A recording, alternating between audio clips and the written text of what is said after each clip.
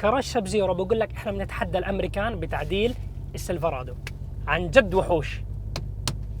كرانك ستوك، جير بوكس ستوك، ديفرنشال ستوك، 800 حصان يا الحبيب.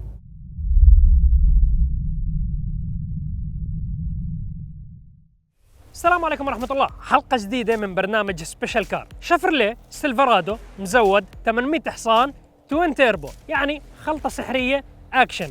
السيارة من برا شكلها سليبر لأبعد الحدود. قبل ما نبلش اكشن وشرح بهالوحش، إذا مو عامل اشتراك بقناة عرب جي تي بتزعل منك، سوي اشتراك، فعل الجرس، أعطيها لايك وانشر الفيديو مشان أصحابك ينطربوا معك. بسم الله نبدأ. هيا بنا.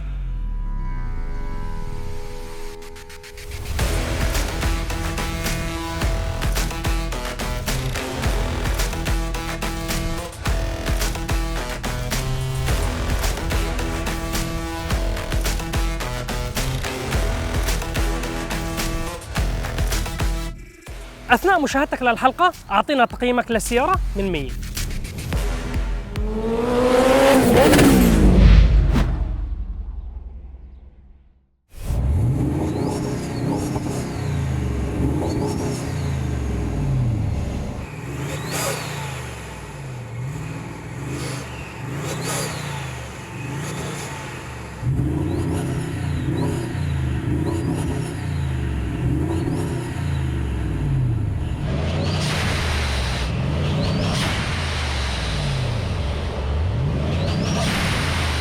نطفي تراكشن، نسوي الكبسة السحرية تحت الجير، راح نشرح عنها بالتفصيل. بسم الله الرحمن الرحيم. بلشت تجربتنا 800 حصان، وكالعادة نعطيكم البداية بدوسة وحركات كريم. اطفي المكيف مشان تشوف القوة. هذا الوحش لا تخاف منه. فور ويل. بسم الله.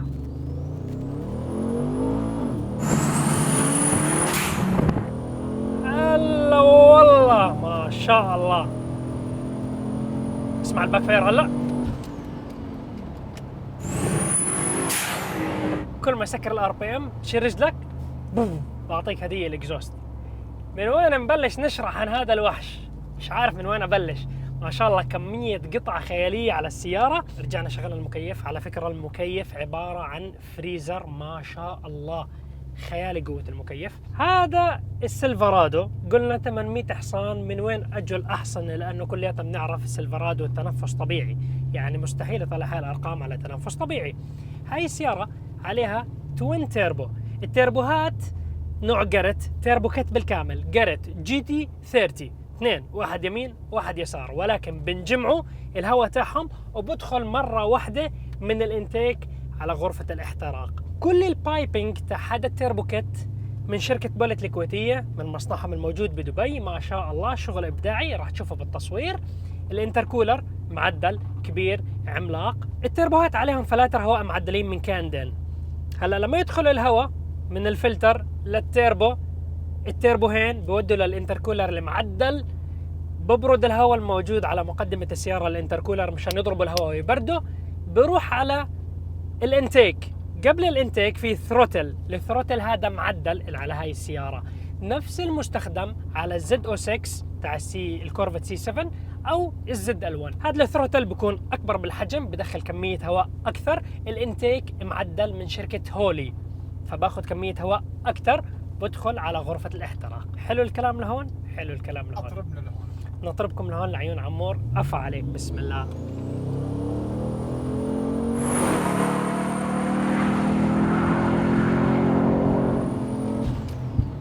ما شاء الله باك فاير اسطوري. اتمنى يكون طالع صوته معكم بالكاميرات. خيال الصوت وانت قاعد جوا. التيربوهات بصفروا قدام، صوت مذهل. والاكزوست الطربي بعطيك الباك فايرات وانواع الطرب والالحان الجميله. بكفي غزل يا صاحبي. نكمل على السياره. المحرك تاع السياره 8 سلندر 5300 سي سي، نفس السي سي تاع الوكاله، ولكن شو المعدل فيه؟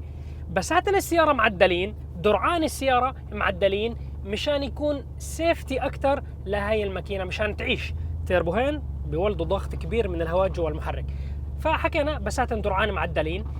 الكرانك ضل وكالة ستوك بيستحمل. كام شافت معدل ستيج 2. الفكرة الرئيسية من الكام شافت، شو بيساوي الكام شافت؟ الكام شافت هو عبارة عن عمود بيساوي دورة. هاي الدورة تتحكم ب مقدار نزول الصبابات لما يفتحوا ويسكروا. الفكرة الرئيسية هلا انت لما تنزل الصباب زيادة شوي او تزيد فتحة الكام شافت، لما تحط واحد معدل بزيد كمية الهواء اللي بتدخل على غرفة الاحتراق، وكلنا بنعرف كل ما زدت كمية الهواء اللي بتدخل على غرفة الاحتراق بزيد الهورس باور. فانت لما تحط كم شافت ستيج 1 اوكي، ستيج 2 بزيد كميه الهواء، ستيج 3 بتزيد اكثر، ستيج 4 بتزيد اكثر واكثر. هلا الفكره الرئيسيه لما بتعرفوا السيارات المعدله، انتم سامعين كثير اصوات لسيارات معدله ستيج 4 بتكون السياره هي واقفه بب بب بب بب بب. انا قاعد بسوي لكم الصوت بس هلا شباب المونتاج بحط لكم سياره كم شفتها معدل. ليش بتكون السياره بتساوي هذا الصوت؟ لانه بتكون السياره بدها تطفي من كميه الهواء اللي بتدخل، انه انت واقف السياره ما في انه بترول كثير، انه انت مو دايس بترول، فكل ما يزيد انه السياره بدها تطفي بعدين تزبط، بدها تطفي بترجع تشتغل. رؤوس المحرك التنين انعمل لهم بورت اند بولش سي ان سي. شو الفكره منه؟ السي ان سي عباره عن دقه عاليه جدا بعمل تنظيف راس المحرك، فبكون كل التنظيف بنفس الليفل، ما باخده من مكان اكثر من مكان، بالعكس هيك بتحافظ انه الهيد يستحمل على الضغط واحد مش بمكان اكثر من مكان. فهيك انت بتضمن انه الهيد تاع المحرك يعيش اكثر ويعطيك اداء احسن. هاي الماشين تاعت السي ان سي بتكلف مبالغ كبيره مشان تشتريها، اكيد موجوده عند كراج سب زيرو لانه ما شاء الله كراج سوبر احترافي.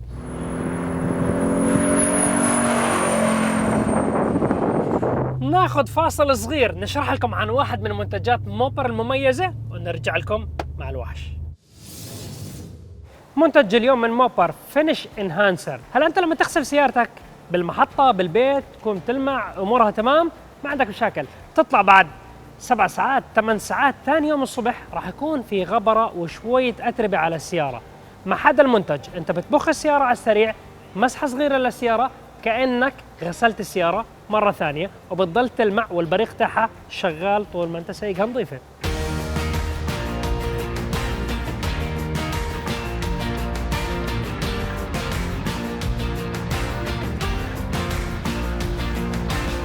الفكرة الرئيسية شايفين هذا الجزء أنا ما لمسته، أنتوا ظاهر معكم إنه هو نظيف ولكن عليه زي أتربة لما تلمسه.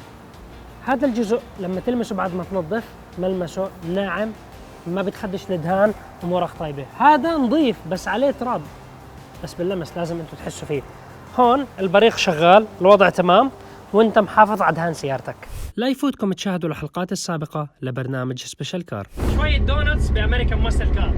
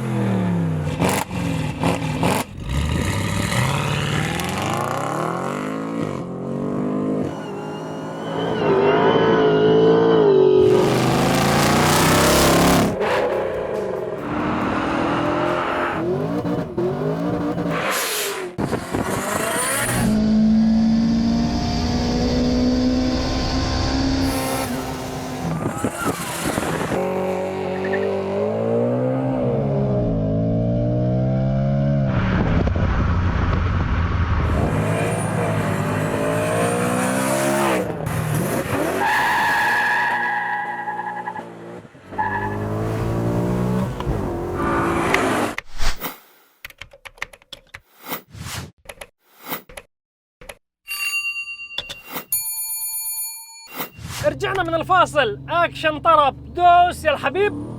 هلا والله ما شاء الله.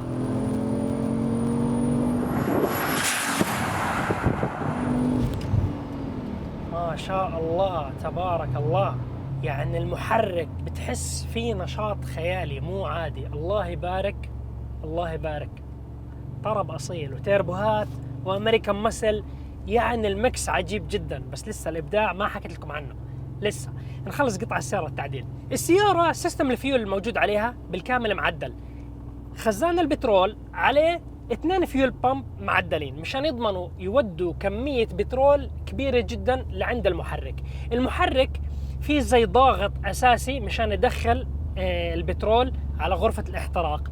هذا معدل ومأخوذ من سيارة الزد او 6 كورفت سي 7، فبكون ضغطه اقوى. وايضا في ضاغط بترول معدل كمان مشان يضمن انه يضغط بترول زياده لهذا الضاغط الاساسي تاع الكورفت زد او 6. السياره عليها اويل كاتش كان اللي هي بتجمع كل الزيوت والابخره الغير مرغوب فيها الموجوده بالبايبنج، بتجمعهم مشان تحافظ انه يكون الهواء والفلو نظيف 100% بدون اي مشاكل لهذا المحرك، مشان يضمن عمر اطول لهي السياره. ملاحظين انه كل جدلة الكهرباء الموجودة بالسيارة عليها عزل باللون الذهبي. هذا العزل احترافي مشان يضمن انه ما يصير اي تأثير على جدلة الكهرباء تاعت السيارة من كتر الحرارة. الفكرة الرئيسية، سيلفرادو هذا مو اول واحد بنجربه عليه تيربو. بالموسم الاول جربنا سيلفرادو عليه سنجل تيربو عملاق، هذا السيلفرادو عليه توين تيربو. انا صراحة من وجهة نظر احترافية يكون سنجل تيربو، يعني تيربو واحد احسن ما يكون 2. ليش؟ دائما كلياتنا بنعرف الحرارة العالية عدوة اي سيارة رياضية. 2 تيربو بولدوا كمية حرارة اكثر، كمية البايبات اكثر، فهذا الاشي يعني ممكن يولد حرارة زيادة. انت ممكن تتغلب في المستقبل انه يصير معك اوفر هيت، حرارة زيادة للجير بوكس. هاي الاشياء كلها بتضر. يعني هاي السيارة السيت اب تاعها شغال، مو شرط انه لازم يكون سنجل تيربو، لا هي توين تيربو وعايش وشغال والامور طيبة، مكيف فريزر كل شيء شغال صح 100%.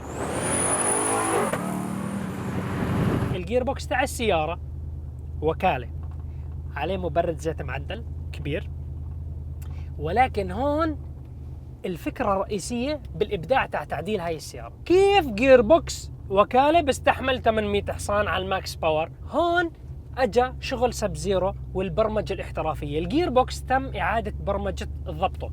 هلا أنتوا شفتوني بداية الحلقة اللي كان مركز كثير، شافني كبست هذا الزر. هذا الزر هو الزر تاع القطر تاع السيارة. بحالة أنا ركبت عرباي ورا السيارة، بدي أحط أغراض، بدي أقلص إشي، هون بشغل بمشي الأغراض اللي وراي. ولكن تم الاستغناء عن هاي الكبسة. هاي الكبسة سرية، إذا بكبسها بيشتغل ضوء التوينج هون انه انا بخطر اشي، ولكن برمجة سب زيرو انه هذا النظام الجير بوكس بتصير تصرفاته عصبية. طلع هاكر RPM بقول لي انا جاهز، دوس دوس دوس دوس دوس هاي دوس حاضرين.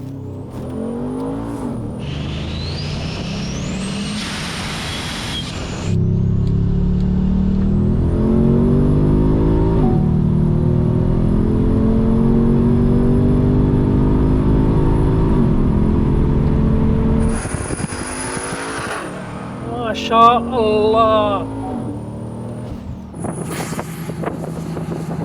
عزم الدوران خيالي بالسيارة. الفكرة الرئيسية انه هاي البرمجة ضمنت انه الجير بوكس يضل وكالة ويستحمل القوة. هلا الجير بوكس تاع جنرال موتورز مو سيء، بالعكس ممتاز جدا. جير بوكس وكالة، الديفرنشال الموجود بالخلف وكالة. السيارة احنا بنمشي عليها مو سنجل دفع خلفي، بنمشي عليها دفع رباعي مستمر. تسارعات ندعس من الصفر، السيارة ما عندها مشاكل نهائيا. لو سيارة دفع خلفي مستحيل تدوس فيها بهاي الطريقة. السيارة تسارعها من 100 ل 200 ببحر ال7 ثواني. نعطيكم دوسة، ما في داعي للحكي، بسم الله.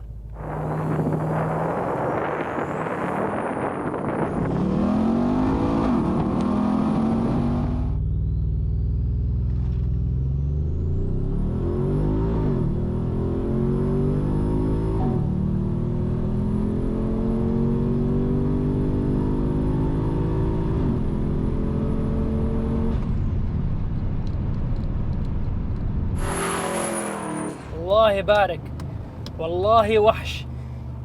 بيك اب عملاق ايروديناميك، شايفين مقدمته يعني كمية الهواء اللي بضرب فيه انسى الموضوع، بس والله وحش. الله يبارك الله يبارك، شغل احترافي خيالي.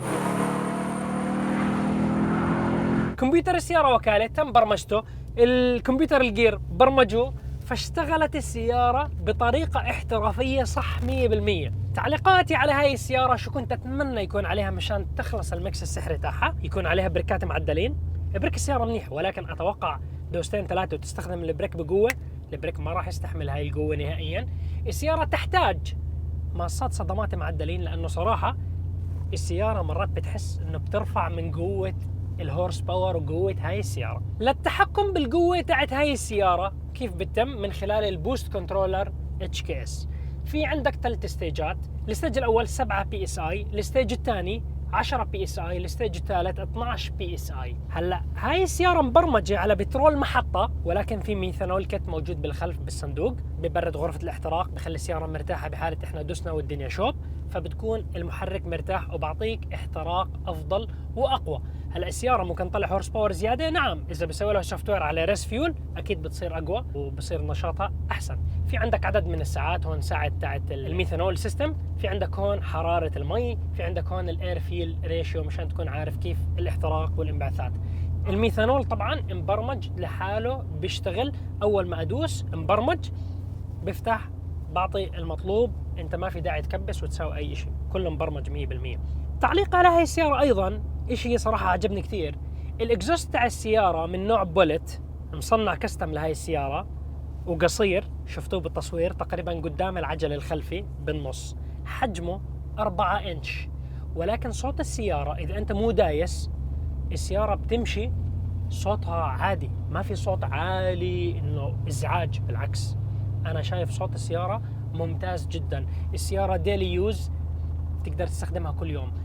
كتعديل من الخارج، السيارة عليها جنوط معدلين مو خفاف بالوزن عاديين، الشبك الامامي معدل، فانتم بتشوفوا تصميم انه هاي سيلفرادو مختلف عن اي سيلفرادو تاني لانه الشبك مختلف. السيارة من الداخل شو عليها تغييرات، الستيرنج عليه لمسات هاي التلبيس الكربون فايبر، كنتارة تطريز باللون الاحمر، الجلد اللون الاحمر هذا معطيه اجواء غريبه، على فكره في اضويه LED على سقف السياره وكنتارة، فانت معطينها حبتين انه جماليات وتميز لهاي السياره.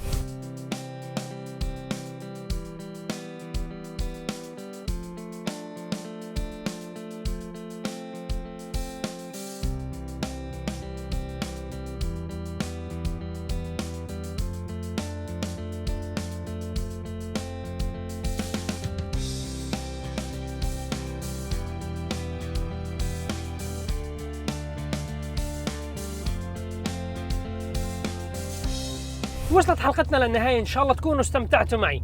بحب أشكر كراج سب زيرو، قدموا لنا هذا السيلفرادو المعدل، أطربناكم، أنعشنا فؤادكم، كلمناكم شوية أمور ومعلومات عن عالم التزويد وكيف تزود بطريقة احترافية وما تضيع فلوسك. شكرا لكم كراج سب زيرو. لا يفوتكم تحضروا الحلقات الماضية من برنامج سبيشال كار، الموسم الثاني والموسم الأول، ولا تنسوا تعملوا لايك وشير لهذا الفيديو، تنشروه بين أصحابكم وتطربوهم. عندك سيارة مزودة، عندك سيارة معدلة، تواصل معي عبر حسابي على الانستغرام، وإن شاء الله يكون في نصيب ونجرب سيارتك ونصورها على عرب جي تي وتنزل، وكل جمهور عرب جي تي يحضروا هاي الحلقة نحو شعارنا الدائم للعالمية باسم العرب مع عرب جي تي. ودوسة الوداع، السلام عليكم وفي أمان الله.